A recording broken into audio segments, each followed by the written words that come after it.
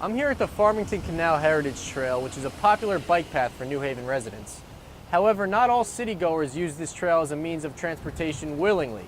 One student, in fact, says a car just isn't in her budget. And the Catholic community will come together tomorrow as students have the opportunity to take part in Ash Wednesday services on campus.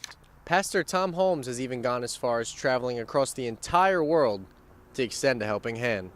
QU may have recently been recognized as one of the safest schools in the country, but one student believes that there's one drug in particular that can't be controlled. Israeli Prime Minister Benjamin Netanyahu addressed the U.S. Congress today. Although the parties here at Washington Avenue have been a consistent problem with the town of Hamden, one student believes the school has overstepped its boundaries. And last night didn't go too well for multi-million-dollar pop star Justin Bieber. Having parks in urban areas not only gives people an outlet to get away from the busy city life, it also creates jobs. And so the church should be a reflection of Christ. As he gave, so also we give.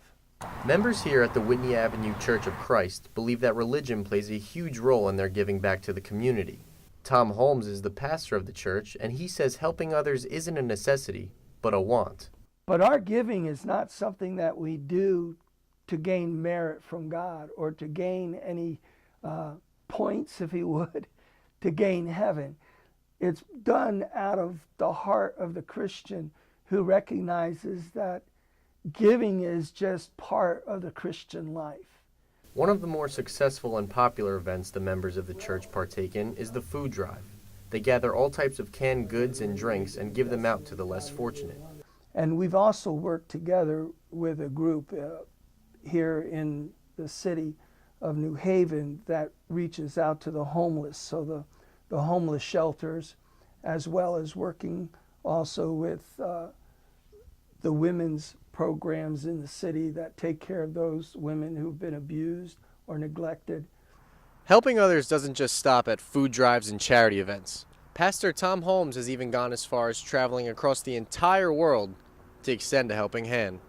The most latest work has been in Africa, in Zambia, and there in Zambia we went and to help with the people with things that they can't take care of themselves. However, not everyone believes that being a proactive member of society stems from a religious background. In fact, the Sociology of Religion journal says that only 27% of people link religious beliefs to helping others. I think some people have the inclination to help out their communities and others don't. And I think actually it's more of a human tendency to want to take care of what you think of as yours. So if you feel like you belong to a community, then you're going to be more apt to try to take care of it and do things for it. Jones does not identify with a certain religion and says you don't need church to be an active influence in the world. From Hamden, I'm Rich Borek, Q30 News. The wheels are turning in New Haven. All two of them, that is. That's right, I'm talking about bikes. Over the past few years, biking has become a very popular means of transportation in New Haven.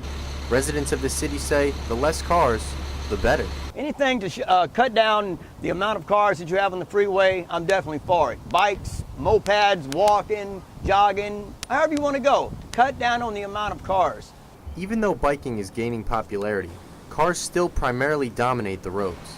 And for that reason, the city has implemented bike lanes as a compromise. That's a great thing. They have that in southern Jersey, in Summers Point. Down there they have big bike paths on the east side of the road. I think it's great, man. Make it safe. According to a 2014 study published in Environmental Health Perspectives, an increase in cycling in high-income car-dependent cities will lower pollution and create sustainable climate and health goals. As you can see here, cars give off exhaust, which clouds the air. I'm here at the Farmington Canal Heritage Trail, which is a popular bike path for New Haven residents. However, not all city-goers use this trail as a means of transportation willingly. One student, in fact, says a car just isn't in her budget. As a college student, a vehicle isn't really an option for me cost-wise. And cost goes way farther than a monthly car bill. Parking meters now accept credit cards for those who need to park for several hours. Municipal lots are an alternative, but Julia says they just make things more crowded. I think that the bikes are really beneficial because they limit congestion on the roads, and particularly since a lot of the time when you see cars driving around New Haven, there's only going to be one person in the driving to work, driving back again. This is a lot in downtown New Haven, which shows cars jammed so tightly together, making leaving an unavoidable task. On the flip side, We have bike racks and bike locks that can easily secure your bike and help you come and go as you please. Don't look now, but bikes are making a major breakthrough. In New Haven, I'm Rich Borek, Q30 News. The town of Hamden has become very familiar with this housing complex. It is referred to as the Washington Houses, the go-to party spot for the Quinnipiac students.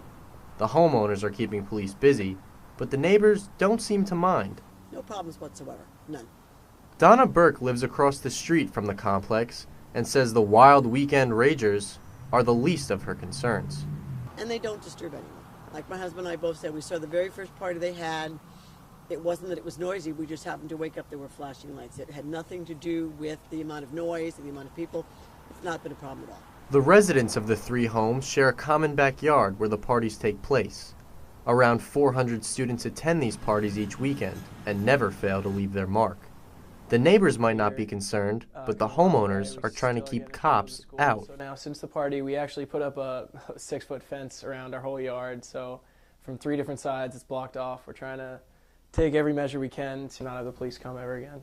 Although the parties here at Washington Avenue have been a consistent problem with the town of Hamden, one student believes the school has overstepped its boundaries. I think if the school were to ever expel a kid for an off-campus party, well, first I think it would be a huge news. I think every lawyer in Connecticut would want that case, because I think the student who got expelled would pretty soon sue the school, and I think they'd win. The police will continue to monitor the homes for the remainder of the semester. From Hamden, I'm Rich Borek, Q30 News.